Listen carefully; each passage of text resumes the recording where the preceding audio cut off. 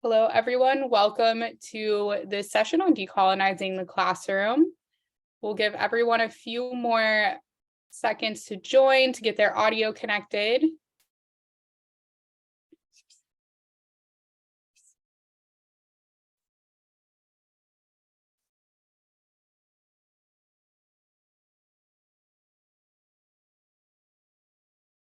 Okay. As people are coming in, I'm going to go ahead and go over our disclaimer.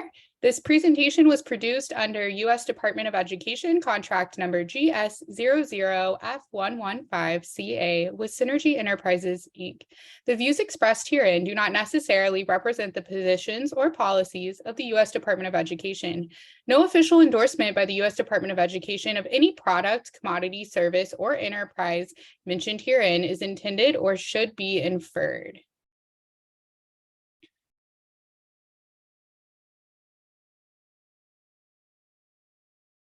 Okay, and we'll go ahead and jump right into today's session so we can get through all of the material. I am your presenter for this session. My name is Casey Morgan. Welcome again to this presentation on decolonizing the classroom. I'm very excited to share with you all today. My background is primarily in language and literacy development, human-centered design, and restorative discipline. I have experience as a teacher, an instructional coach, an interventionist, assistant principal, and curriculum designer.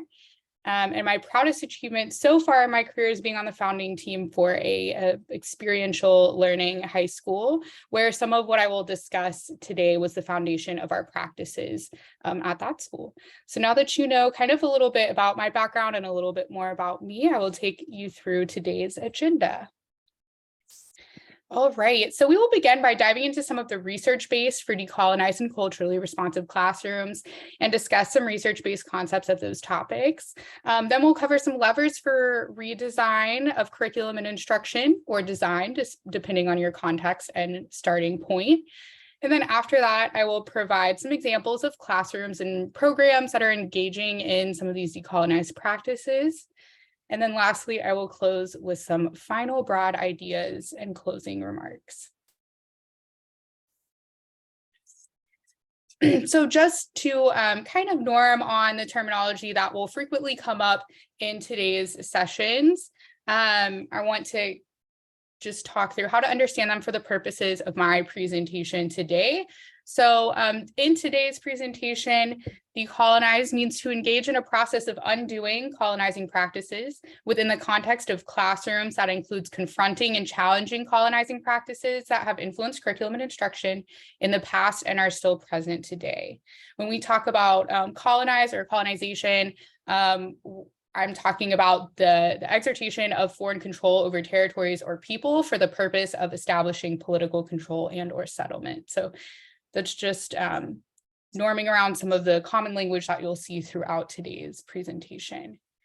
So a lot of us are probably familiar with the history of colonialism in the United States, but I do want to ground us in this historical context before we dive into some of the hows of decolonizing classrooms. I think that brief historical context and the whys of the important work of decolonizing education is important. So while many of you may know some or all of the historical information presented, historical context is important for that grounding of our work. So in the Americas, the Vikings are thought to have begun colonization of indigenous peoples in what is now Greenland around the year 980.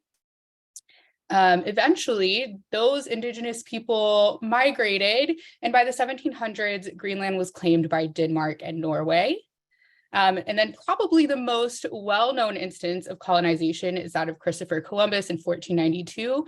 He landed in what is now the Bahamas and began colonizing the indigenous groups of the Caribbean prior to Spain's eventual movement into the mainland US in 1513. So in 1513, Ponce de Leon made contact with the Calusa community of South Florida.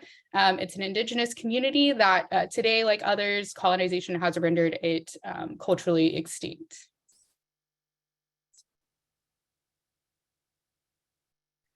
So by 1750, this is what you have. You have the French, the British, the Spanish, and then land that was the French and then the British's, kind of all spread across North America by the end of 1750. And so they've pretty much claimed nearly all territory in the Americas, which was affecting countless indigenous communities. And on the map, you'll notice the different colors. Those are the different powers, foreign powers here.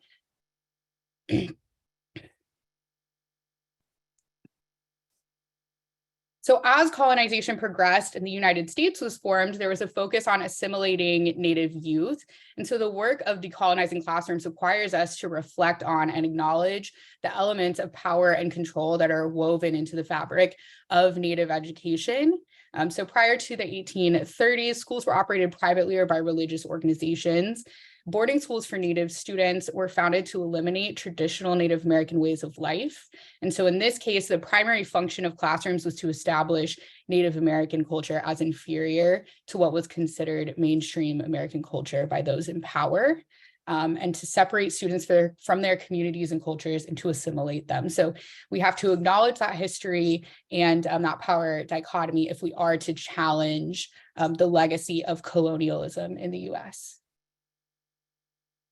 And just to kind of give you a sense of, the founders of these boarding schools, that was exactly their mindset. So this is a quote from Richard Henry Pratt, who was the founder of one of the boarding schools that stripped Native students of their cultures and languages. And so he once described the philosophy of boarding schools as immersing the Indian in our civilization, and when we get them under, holding them there until they are thoroughly soaked. And so this highlights that pervasive nature of assimilation in schools. And then decolonizing classrooms seeks to free students from the oppressive structures. So it's important to note that such an aim stands in direct contrast to these initial ideas about the role of school in these students' lives. So what does the research say about all of this, and what can we kind of do about it?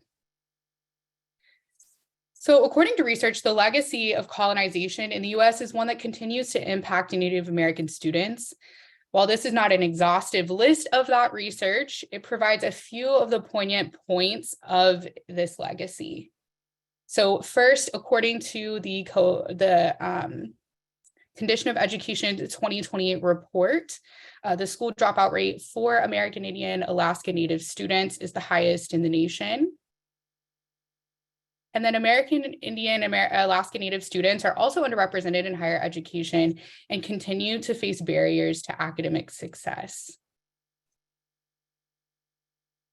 It's important to note too that some of those barriers to academic success also include things like microaggressions and negative stereotypes, which can often be embedded in some of the materials and content of our schools, in the environments of our schools. And we'll talk about different ways to kind of infiltrate those pieces of your education model. So as we look at how to decolonize our classrooms and look at the impact of decolonizing classrooms, the data is not surprising given the historical context. So when you consider that for more than a century, Indigenous students have been part of a forced assimilation plan with their heritage and their knowledge rejected and suppressed, that obviously has had far-reaching consequences, and that is why decolonizing education is so important for our students. So though there are barriers to American Indian, Alaska Native student success that are well documented in the research, there are also factors documented in the research that increase students' persistence and success. And many of those factors rely on how connections with our cultures can be a form of medicine. And so these factors include connections with family and home, participation in traditional ceremonies, Native-centered campus resources and spaces, and institution support of Native students' cultural identities. So these are factors that we can apply to any context or level in the education space.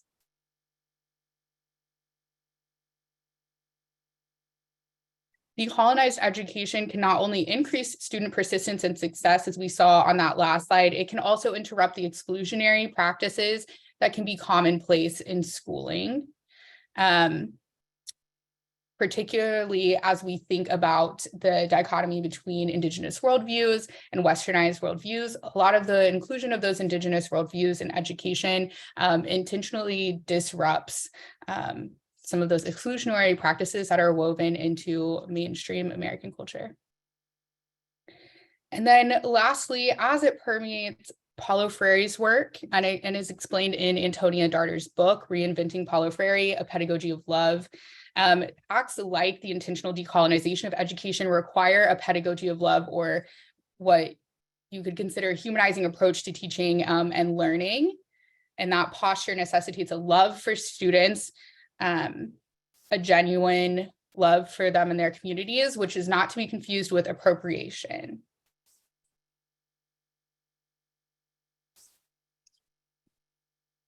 So in a broad sense, decolonization involves reflecting on the structure of educational institutions and their role within the larger society, and then challenging those structures. So now it's time to consider those hows of decolonizing the classroom a little bit more in depth. I do want to note that this will not be an exhaustive list of methods or ideas, nor is it intended to suggest that decolonizing the classroom is a quick or easy task. As you can see with the historical context, it's definitely not a quick or easy task. It is something that takes consistent thought and consistent intentionality around. So these are just some things that you can do, some levers that you can kind of pull on to address the different components of the educational environment and try to challenge some of these Westernized structures. So a starting place in general is understanding this friction between worldviews that I kind of hinted at. So Indigenous worldviews as relational and collective do not easily align into Eurocentric worldviews based on individualism, linearity, and reductionism. So if we seek to decolonize classrooms, we have to recognize the worldviews being prioritized in our schools, and then at every step of the way, ask ourselves, how can we prioritize an Indigenous worldview, or how can we change this structure to be more relational, more collective, more in line with Indigenous worldviews? And as we create structures or challenge structures in our schools, then we can ask ourselves, how can we ensure that these Indigenous worldviews are not othered, are not tacked onto our schools, but are really woven into the fabric of how we design schools and classrooms? So these are the specific levers for redesign that will show up in today's presentation. And I will go over the first 4 in depth, while the other 2 will show up in some case studies that we'll discuss shortly. So we have personnel, environment, professional development, which you could kind of couch under personnel as well, materials and content, assessment and mastery, and advocacy.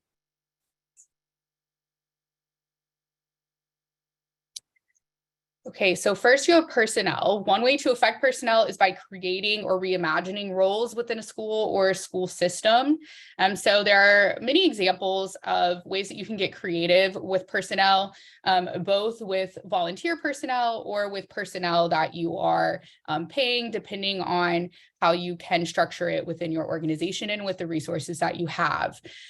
So an example of a role that was created that is paid is the Montana's Indian Education for All facilitators. So Montana as a state has these Indian Education for All facilitators that work in the schools and really have an eye for looking at the curriculum, looking at upcoming instruction, and making sure that there is Indigenous representation, that there are lenses through Indigenous worldviews, and all of those things. And that's something that, though they are doing this at kind of a broader level, if you're at a school level, you can do this as well by having a position like a community liaison.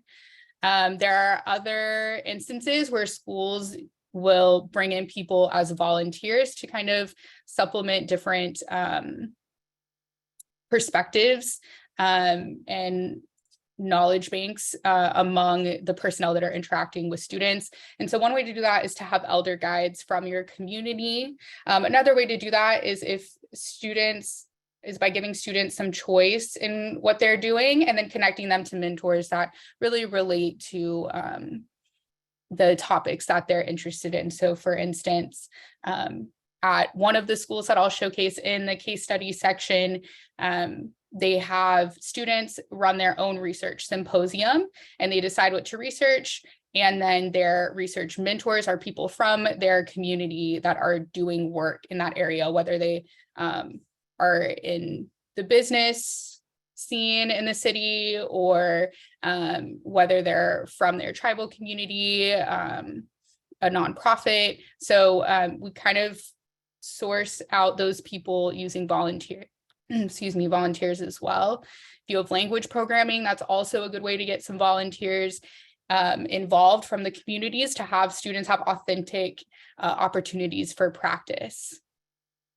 And then there's also that increasing the pool of Indigenous personnel that we have as well. And so that could involve creating programming or licensure to increase Indigenous representation in schools and school systems. That's something to think about, particularly if you are able to advocate at a state level or tribal level. Some examples of this programming and licensure is, for instance, language licensure, which Hawaii has extensive licensure that we'll talk about in this presentation, but advocating for more Native American language and culture licensure at the state levels in states that don't have that or don't have the information readily available for people who may be interested. Then there's also the Blue Lake Rancherias tribe has a Grow Your Own Administrator program where they are training Native American administrators and empowering them to really go into the schools in those communities and to be representation at the administrator level.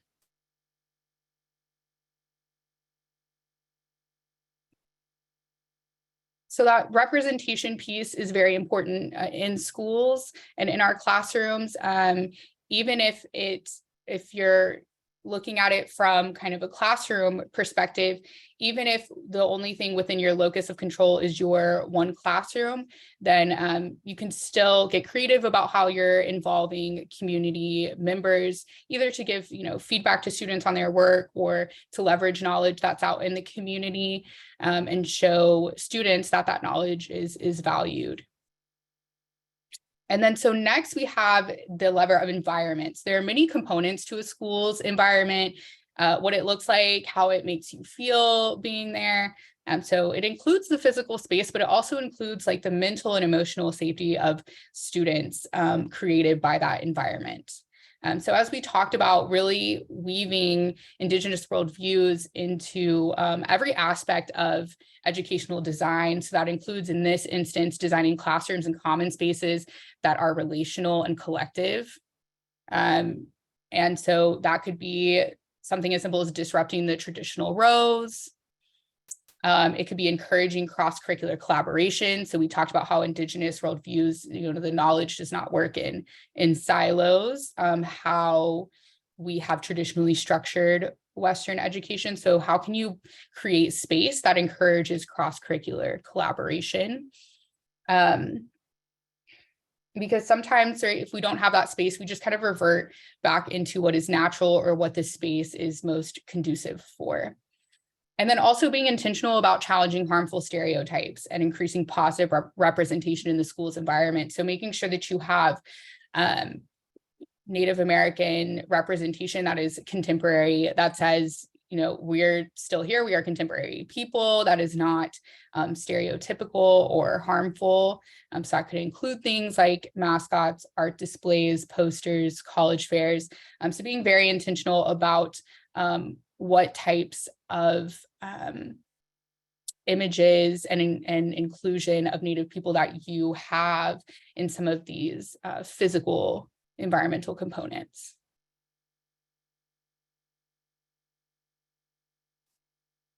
Part of environment is also the co-creating of the environment with the community itself. So rather than trying to guess what is important to students, or rather than, I spoke to a professor once who had this great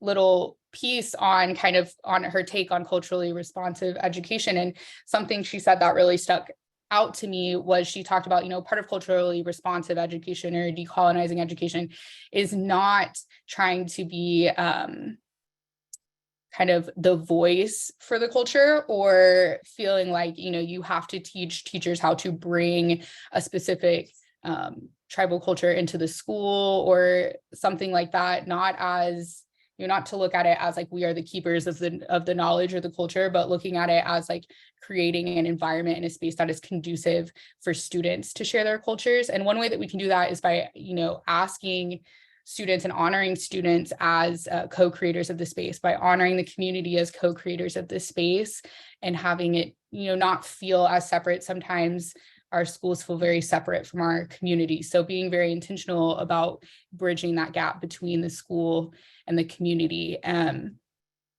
making sure that the community and the students, right, they see their voice represented. So it's one thing to ask someone, what's important to them in a space or what's important to them in their education. But then if we don't act on those things, or we don't have consistent structures, like some of these things like a student advisory council, having a way to consistently include students and families in personnel interviews, so interviews for new teachers, things of that nature, doing quick live polls in the hallways, getting student feedback, having community leaders or business leaders, tribal leaders in some school administration meetings to have their voices heard. But really being intentional about creating structures that consistently invite feedback and co-creation, so that people feel like the space is representative of them and really cares for them. And then educating beyond traditional boundaries as well. So one of the things that was brought up in that research that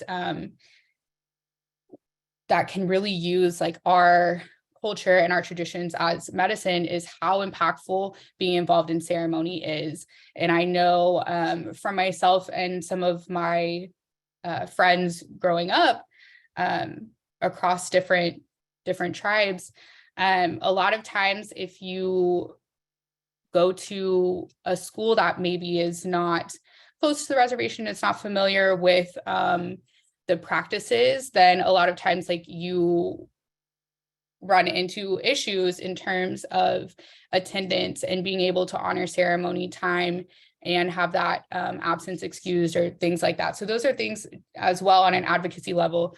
If that's something that you run into in your environments, right, really advocating for students being able to attend ceremony in spaces where that might affect their attendance or might go against attendance policy. So being considerate of some of those policies and how they create an environment as well.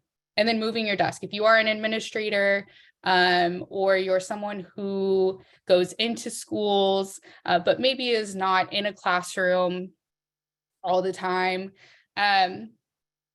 picking a day and just hanging out in the common areas, in the hallways, talking to people, talking to students, and getting kind of a feel for the environment that you have. Another way that you can do that is by actually using a protocol called shadow a student. So you pick a student where you really want to understand what their experience feels like, what the environment feels like to them.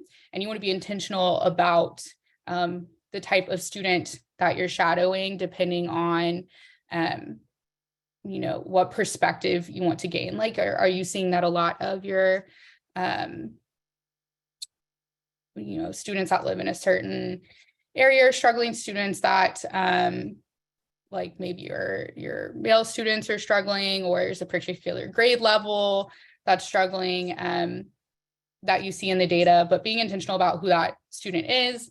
And then you really you become a student for the entire day. You do everything they do, you go everywhere they go. And it really helps you see the environment from a different perspective. Sometimes when you're working in the schools, you think you know what it's like to go in the classrooms every day or to go into the school buildings every day. But then when you're going in those spaces from a different position, it's different. So putting ourselves in their shoes. And then, of course, place-based learning, experiential learning, those are some structures that are naturally cross-curricular, that advocate for student agency and student choice, which are things that can be decolonizing structures as well. Now, with professional development, I'm not going to spend a ton of time on this, but as I touched on earlier, the most essential part of decolonization is continual reflection. And so schools should be willing to reflect on curriculum, power dynamics, their own structuring, and any action undertaken on behalf of their students. But that takes constant reflection. And part of this constant reflection is professional development, which makes that a crucial lever for change. Some of your professional development, as you try to decolonize education, and a lot of the professional development around that has to be a lot of self-work, a lot of self exploration and understanding of our own interactions with school, our own context for how we approach schooling, and being able to challenge ourselves and anything that we have ingrained throughout our own schooling as well that maybe is not conducive to decolonizing education. So in this case, you really want to do this decolonization work, then the professional development really should begin with self-work rather than kind of a, just, okay, staff, here's how we do this, or, here's a checklist of things you can do. That self-work is an important starting point. And the last lever I'll cover in depth in this section is materials and content. So while this is the one that I think, many of us think of when considering concepts like decolonizing education or culturally responsive education, these changes can't be done in isolation. So like I just talked about with professional development, a lot of this really is self-work. It's really unpacking power dynamics. It's unpacking the context of schooling, the structure of schooling. And so you can't just kind of slap a Band-Aid on it or just, okay, let me bring in more Indigenous books and now we've decolonized the classroom, because it really is about that structural piece and those power dynamics as well. However, this is still, an important piece of decolonizing classrooms, and there are still a lot of great starting points in this area that you can do and approach as you also think through, okay, what do decolonizing the structures and honoring the Indigenous worldview look like in my space? So a couple of things. So in the materials and content, really centralizing that Indigenous worldview. And so there are a lot of different ways that you can do this. Like I said, it's not just, okay, here's more content, here's more materials with Indigenous representation. You're also thinking about like what knowledges and what views you are privileging in how you're approaching content, whether it's this instructional component, how students are showing mastery, what materials they're using, what materials they're creating. So there are different pieces of that where you can get creative. And so some of those worldviews that you can think of as being something you can incorporate in how you address your instructional practice is that multiplicity of knowledge. So things are not in silos, the relationality, nonlinearity or cyclical design, cooperation, and stewardship. So these are things that can apply in any content, any area that you can kind of structure your curriculum around. And then, of course, diversifying readings and materials. So creating a curriculum that pulls from diverse ways of knowing. That can include, what's the background of the authors that students are reading? Are there contemporary Native authors, not just like, oh, we are talking about Native Americans in the content or Native Americans show up in the history textbook somewhere, but are there contemporary stories? Are there contemporary authors and different material types? So not always using the same material, right? Not just written material, but what are other material types that you can bring in to really diversify perspectives on the understanding of a concept? Oral tradition is big in a lot of our cultures. So being conscious of how you're asking students to engage and ways that you're giving students to choose to engage in the learning and not just relying on one type of material. The accuracy and integrity of sources, particularly if we're talking about in those historical courses.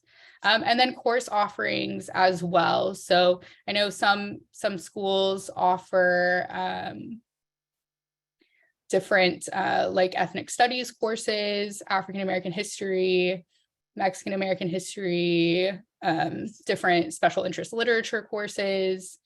And even if that's not something maybe that you have at your disposal at kind of a state level, it is something that most districts too, you can think through ways of how you can approach like adding courses. So for instance, I know at a couple of the schools that I've worked at, we've added courses for local credit. So, you know, it's not ideal in that it doesn't count towards a graduation credit, but it does still give access to some of those classes to students.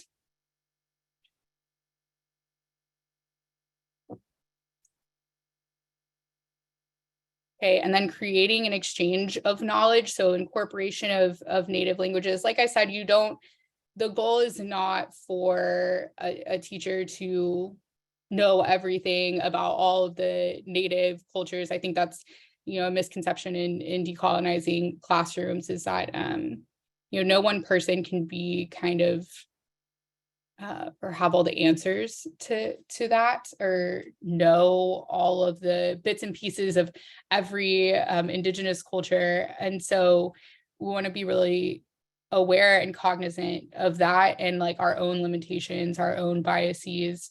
Because even if you are Native, right, you still have a limited knowledge base and interaction that is influenced by your own community.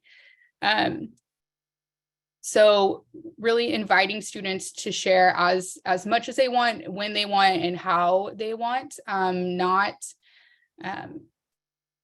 forcing them to share, but inviting them into giving opportunities for using their native language when they want to. So for instance, there was a great graphic novel project that a teacher did, and she let her students write it in whatever language they wanted. And so they still had to practice the elements of storyboarding and storytelling, but they were able to show mastery in a way that was unique to each of their cultures. And there were a bunch of different languages represented. And then centering students in curriculum and instruction. So I've talked about student agency a lot, giving students choice and voice in what they're doing. There's a lot of different structures that you can use for that, including things like project-based learning or literature circles. But in general, finding ways where students have a voice and have choice in terms of what they're studying, how they're studying it, and how they're showing mastery. And then dialogue and discussion in class, and iterative design as well. So the iterative design is that kind of that circle, the constant reflection and process, constant challenging of the status quo. So we'll see these levers in action by covering a few entities that are engaging in decolonizing work. These examples represent a range of project scales, entity type, and demographics, so that you can kind of see how this work can look in different contexts. So this is, you know, by no means are any of these examples perfect, but they highlight some positive takeaways as we seek to decolonize the spaces that we serve in. So first, I'm going to highlight kind of a broader example. We have the Hawaii Department of Education, and you'll notice that the highlights span more than one of our levers for redesign. So in HDOE's case, each of the levers is represented in the work that I'll highlight here. So first, Hawaii has 6 types of Native Hawaiian language and culture certifications. And so their list of certifications is the most extensive for the United States, state or territory. And they have also developed a department-wide framework that honors the qualities and values of Hawaiian language and culture through 6 outcomes that are interdependent. So that graphic you see there, that green, those are the 6 outcomes that are interconnected and cyclical in nature. And so that honors the values of their culture across all of the contents. And then the last piece that I'll highlight in terms of this entity specifically is the Hawaiian Language Immersion Program. So in the Hawaiian Language Immersion Program, instruction is taught exclusively in Hawaiian through grade 5, and all families residing in Hawaii have the option to enroll their student in this program. So each of these kind of things that they're doing impacts the materials and content, as well as the learning environments that students have the ability to learn in. It also addresses personnel with certification. Their certification information is very easy to find, to understand, and there are lots of different options as far as getting certified and being able to teach culture and language. And then the design of their framework further challenges that traditional linearity and finality of mastery as well. So be thinking about a lot of this is structural. There is no, okay, you've mastered it, you're done. Or this just like ladder that you're climbing, then you get to the top and you're like, okay, I've learned it all. That's very different from an indigenous worldview. So those structural changes are small tweaks, but big ones at the same time.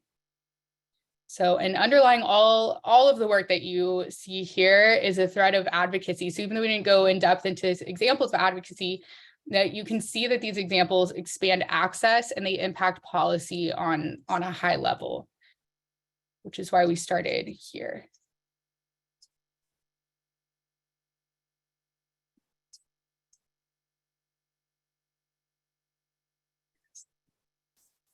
Our next example of decolonized redesign, we have a collaboration, in this case, between the North Carolina Extension Office and Eastern Band Cherokee. So this example primarily focuses on the levers of environment and materials in particular, because it is kind of more of a place-based experiential learning type of curriculum. And they did incorporate language into it. So essentially, they worked together to adapt the existing junior master gardener curriculum so it was more culturally relevant for use in an Eastern Band Cherokee immersion school. So the redesigned curricula reflects Cherokee language, community, and culture.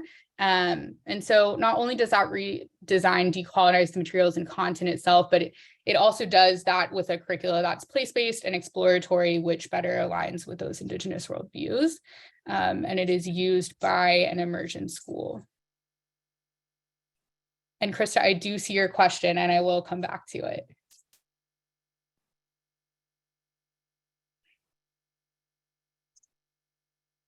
Okay, and like I said, I was going to give you different types, different entities, because we're all kind of in different contexts. And so in this case, the Pear Tree Community School is a charter school in Oakland that was founded on the concept of decolonized education. So this is a case where they didn't necessarily redesign something, they designed something with the intentions of it being decolonized. So the school practices Montessori methods due to the student agency and freedom that Montessori methods provide. However, they acknowledge that lack of diversity in Montessori learning materials. So their school founder actually trains their teachers to decolonize curriculum. So they have a protocol for training teachers to go through curriculum and go through materials and be able to say, no, this isn't responsive, or this needs to change, something needs to be added here, this needs to be taken out, those types of things. And so teachers develop a critical eye and modify materials or create their own, still following that model.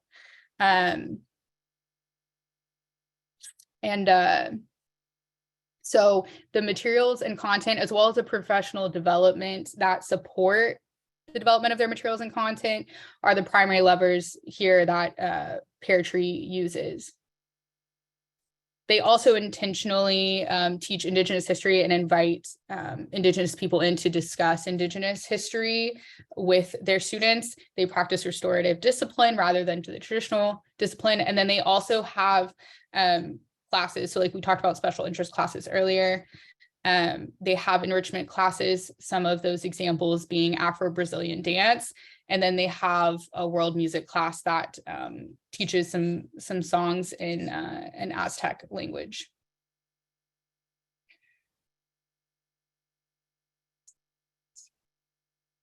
Then the final kind of case study example I'll go into gives you yet another different perspective. In this case, this example is in an urban area. And so the school itself is extremely diverse. And so, but I wanted to include examples where you have a huge amount of diversity as far as community background, language background, racial background, because decolonizing classrooms is not just, good at schools where there's a majority Indigenous population. As an Indigenous student that went to urban schools, there are a lot of these things that I wish I had encountered in my experience. So I want to include examples from across different contexts because our kids matter everywhere that they are. So in this case, this is also a secondary example, which is a little bit different from some of the others. The Junior Master Gardener curriculum and the Pear-Tree Community School are both elementary age examples. In this case, this is a high school example. And so in this case, they also completely designed their curriculum around something that already was sort of challenging the traditional curriculum that was in place at other schools in the area. And so they are particularly a project-based learning or experiential learning model, which really honors that multiplicity of knowledge. All of their content is taught in conjunction with one another. So for instance, rather than, you go to math class, you sit down, you do a lesson in math, okay, you go to English, you read, everything is embedded into longer real world projects. So for example, students worked on a business plan and they did that across all the classes. So their freshman year, they're required to take AP Human Geography. And so they used what they were learning about demographics, population, migration in AP Human Geography, and they use those concepts to study, okay, if I know I want to create this type of business, where would my business do best based on population and demographic studies? And they had to support their choice with rationale. And then in English, they wrote a business plan. And then in algebra, they learned about social media analytics. And so they put all of that together and then they pitched their business idea to a group of business leaders. So it takes the learning out of the classroom and out of that kind of siloed, westernized approach and says, no, all of these things are relational. Everything interacts with one another. Things are not just, I'm going to learn this concept and I'm done. So even once they were finished, they were getting feedback and it was more of a kind of cyclical process. There's also a lot of student voice and agency in this model because of that. And then the professional development. So all of their staff's professional development is in design thinking and implicit bias to enhance their particular model. So their professional development is done with that specific kind of goal in mind. Everything relates to one another. And then there's a lot of community involvement in this model as well, which goes to environment, right? So there's mentors, students have mentors. There's community leaders that are on boards and councils and that come in and give students feedback on work. And then families are also a source of academic feedback. They do regular showcases and actually really involve the elders in the community and in families as a source of knowledge and feedback for students on their work. They have a student advisory council, which makes decisions about the physical space in the building. It makes decisions about hiring for teachers, and it makes decisions about different extracurricular activities and cultural celebrations at the school, kind of puts those decisions in the hands of the students with support from the personnel at the school. And then everyone takes environmental science, which is different from other schools in the area. And that is taught through place-based learning exclusively.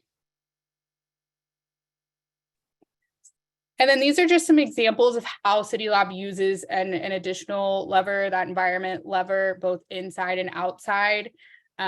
Description wouldn't do it justice. So inside, you can see that picture on the left.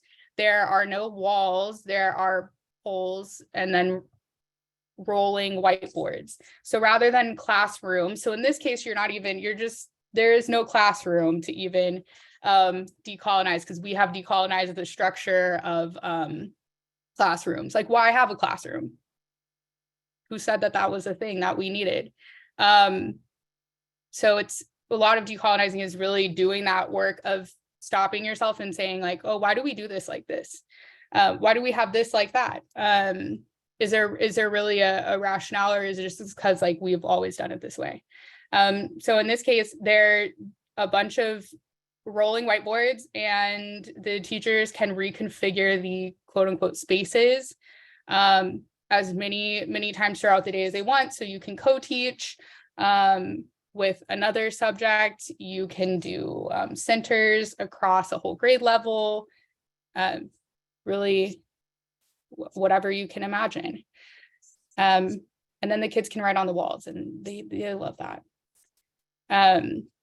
And then on the outside there, you see this mural here. So that mural was actually designed by students as part of their art credit requirement. The students developed murals with their own meaning before working collaboratively to refine and combine the ideas.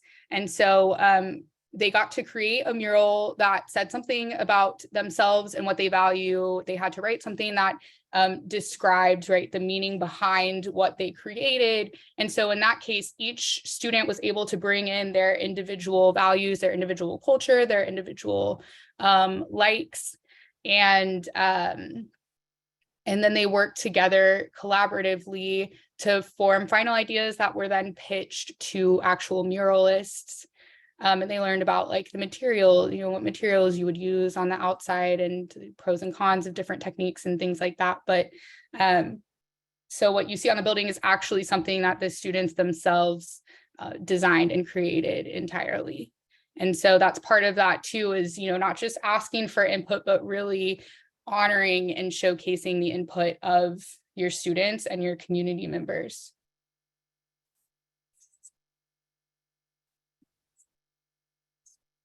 And so even, with all of these ideas, even implementing some of these things, decolonization is not an endpoint we get to. It's not a thing that we do. It's a process that we have to keep engaging in. And then at this point, I will take questions. I do see one question in the Q&A. So Krista, what do you feel is the difference between decolonizing classrooms and re-indigenizing classrooms?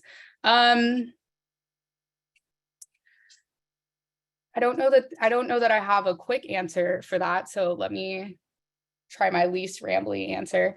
One, I think in a practical sense, a lot of people use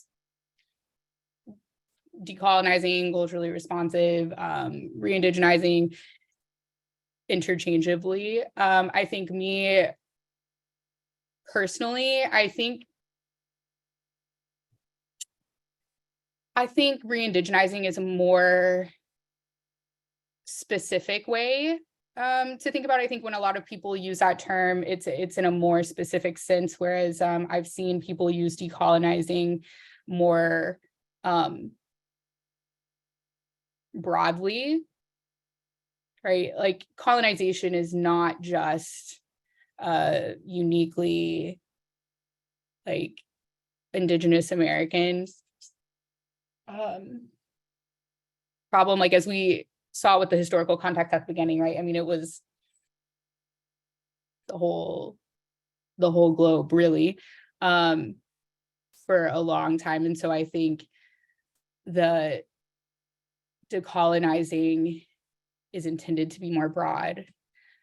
But I really think I like the term decolonizing because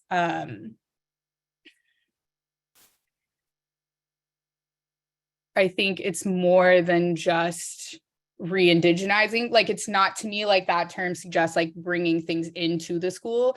And I really think it's important to challenge ourselves to think about how like what we take out of the school experience or what we question about the school experience is like equally as important as just bringing things in, if that makes sense.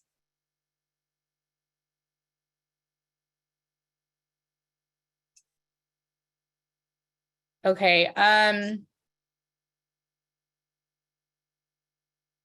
Okay. Is there data to support that decolonizing, that decolonizing classrooms and education will help with academic success? Yes.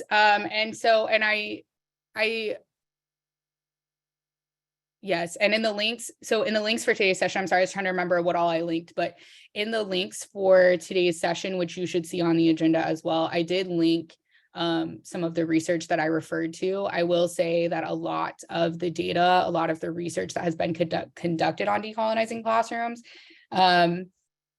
is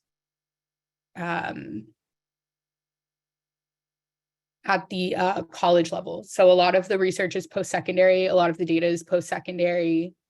However, the same concepts apply. You can use the same concepts. You also, I would say that there's data, if you kind of dig down a little deeper, like some of the schools that I shared, so like Peachtree, City Lab, right? So City Lab in particular was the only open enrollment secondary school in that school district that scored a 100% in the equity measure, which breaks down like how different demographics of kids are doing. So essentially, like kids were performing at or above like that baseline level of their peers. There wasn't particular groups of students that were performing worse than other groups of students at the school. It was like a highly equitable environment data-wise. And so I think like data like that as well can support some of this work. Sometimes on the advocacy piece or when you're starting this work and like you need data to communicate why should we do certain things, sometimes it helps if you kind of get creative about where you're looking for data. So if I want to challenge a certain structure at my school, or I want to try out a specific structure, specific curricular design at my school, then what data is there for that in particular, rather than jumping into that conversation of like, here's data for decolonizing. Sometimes we get further with saying like, okay, I want to change this, and this is why I want to change this. Valerie, how have you personally engaged in the decolonization process, and how does that process guide your actions? So I actually, I kind of mentioned it at the beginning, but I was part of the founding team of a school. So actually, the City Lab example is the school that I was a part of founding. And so that's kind of always been my thing career-wise, is I wrote curriculum for our African American history course. I've advocated for a Native American studies course. That doesn't exist yet, but we're still trying. And so those are kind of the things I've focused a lot on the curricular level, but and creating unique environments. I've found that this process guides my actions because I really do view it as a process. So any decision that we were making, if we were adding a book, if we were, creating lessons for something that was upcoming, if we were deciding on, what we should give students agency around, and like what needed to be a specific skill, or, things like that. And every time we did something, the like my Indigenous worldviews questioned, like kind of those things that we were doing. Are we involving the community? Are we involving students? Do students have a voice? Particularly in our case, because like I said, it was like a very diverse community. So it can't just be like, let me just, bring in some stereotypical things that I think are part of this culture that I associate with my students, because we had Indigenous Guatemalans, we had a pretty large African community. So you have all different types of cultures represented, right? So that actual process of the decisions that we're making is what really guided me. A lot of it is, does the community feel like, the school is an extension of them? The classrooms are an extension of them. If not, then there's probably a lot of work to be done. I'm curious. Okay. Thanks for all these resources. We've been using liberatory design, yes, with our work. I'm curious if you think the design thinking process supports Indigenized education. I also, Stacy, I also grapple with that. So I do think that I'm actually a big fan of the design thinking process. I do think that it supports Indigenized education. I think that it overlaps a lot with Indigenous worldviews. I do grapple with, though, I grapple with things in general that are kind of more broadly marketed, if that makes sense. Like I think it's a great support for Indigenized education, but I also think you can't just say like, oh, we're doing design thinking, so like our education is Indigenized. It's I think it has to be a little bit more purposeful and intentional than that. Because you can use a design thinking process and not be trying to Indigenize education, but it also can be, right, something that I think supports Indigenized education. Dina, Pear Tree Community Schools in Oakland, California. There's also, let me go find the name of it really quick. There was another.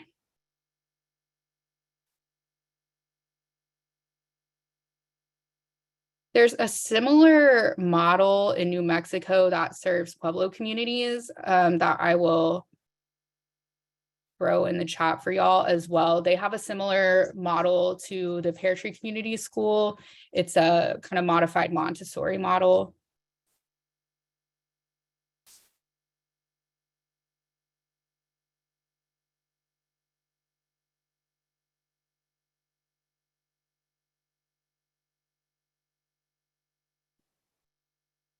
And I'll type the answer too, but yeah, it's located in Oakland.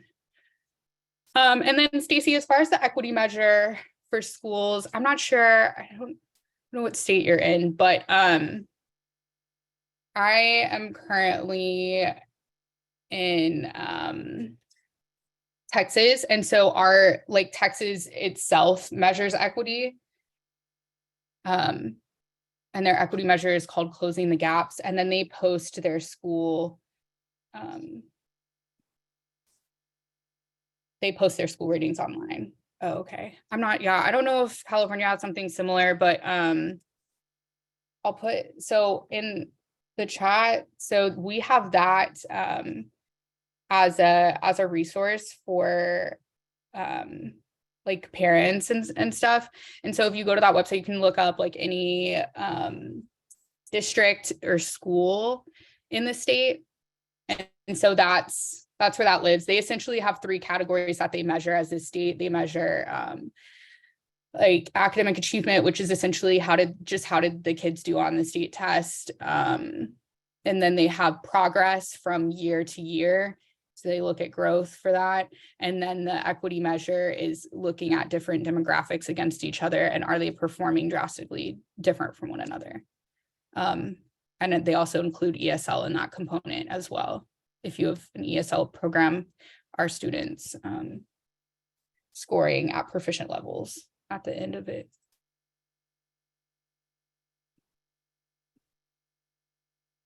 But if y'all state doesn't have an equity measure, y'all should totally have one. Okay, how would you advocate for decolonizing curriculum in an institution or state where the political landscape has reactionary movements toward diversity, inclusion, and equity work? I think, you know, full transparency, I've always worked in more of a conservative state. So I'm from Oklahoma, and I have worked in Louisiana and Texas. I think for me, I've always gravitated towards like the grassroots method of things. For instance, like when we were starting that school, rather than trying to tell the state or create a large institution that has similar reactions, hey, this is what we're going to do. We're going to completely change this. Instead, we were like, great, what do we want school to look like? And then how can we pitch that to the community? And so the way we pitched the school to the school district and the community and funders and things like that was not necessarily around like, look at how, you know, we've changed this curriculum. It was more so around like, this is what we have to offer. This is the data behind things like experiential learning. This is the data behind things like student agency. So we kind of broke down those subsets of what we were doing rather than saying like, hey, we need to change all of this and we need to rewrite everything. Like we made the curriculum and we did not ask for permission. We made the curriculum and then we said, here's the data, here's the research that supports this, and got people to buy in. So we kind of created the thing and then got the buy-in after the thing was already created. And you have to surround yourself with people that believe in that work too, right? You can't be the only one. I mean, it's just a fact. You can't be the only one in the middle of this work. You can't be like the only one in your building, the only one in your institution that is like, yes, let's do this. But if you have enough people that you're surrounding yourself with, you can, change. I really think you can change things from the inside as well. I've worked at comprehensive schools, neighborhood schools, where we've built a program within a school. And that may be just a start. That may not be the whole school, but it starts with, again, like that grassroots advocacy. And sometimes, people want to see something developed as well. Like, we wrote this is why it's great. Or you start in one classroom, right? There were times where I started something in just my classroom. And then once I had data to back that up, then I was able to get other people to buy in and get it to expand. And then Brenda, decolonization seems to be the trendy term right now. I know, right? In Indigenous education, what can we do to focus more on the students' cultural and language perseverance? I mean, like I kind of said in some of the other responses, I think it's helpful to even, not start there. I think a lot of the terms are are trendy now, right? Like decolonization, culturally responsive, like a lot of those terms are trendy. And so I think like, while it is a way to kind of couch like asking yourself those questions or making sure that the environment you're creating is, ideal for our students, I think in general, when we talk about like decolonization, that's the heart of kind of what we're getting at, is like, what structures or what spaces do I have at my school, in my classroom, in my communities, where students' cultures and languages are present, are honored, are invited in. So I think it's about, how we talk about it. And I think it's to the benefit of doing this work to not talk about it in, the trendy, broad terms, but to really drill down into like, what practically does that mean, or does that look like?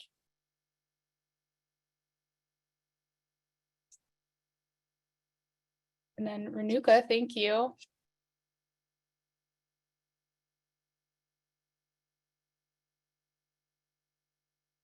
I think I got everyone's questions. Like I said, if you go to the agenda, you will see the links from today's session. And I tried to include links to the research if you wanted to read more about it. I included a link that to a place-based learning packet that features other schools besides the Eastern Band Cherokee one that I talked about. So if you want to go see some more farm to table stuff that different communities are doing with place-based learning, that would be a cool thing to check out. Thank you, DeLacy. Thank you. And y'all are always, I'll put my email in the chat. Of course, thank you all for attending. Really appreciate it.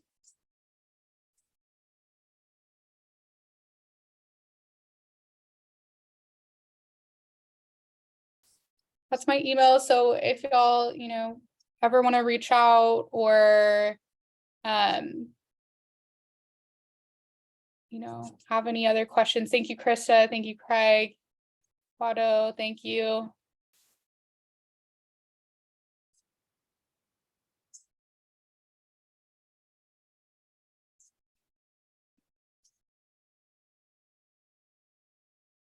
Y'all feel free to email me if you think of any other questions or, want any other resources or anything like that. Happy to help. Thank you, Lirio. Thanks, Donna. Thank you, Chris. Thank you, Tannen.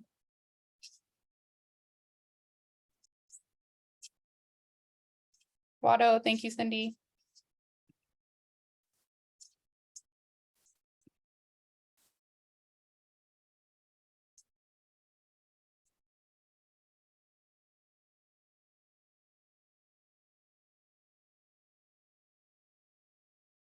Okay, well, if you want to stay in touch, here are other ways to stay in touch with OIE too. You can follow us on Twitter. Remember, my email is in the chat.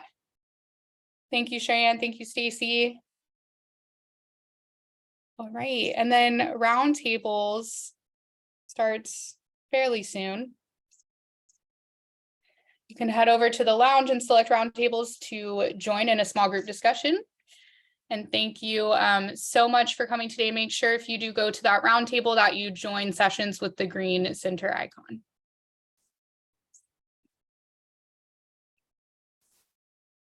Wado, and have a great rest of your day. Thank you.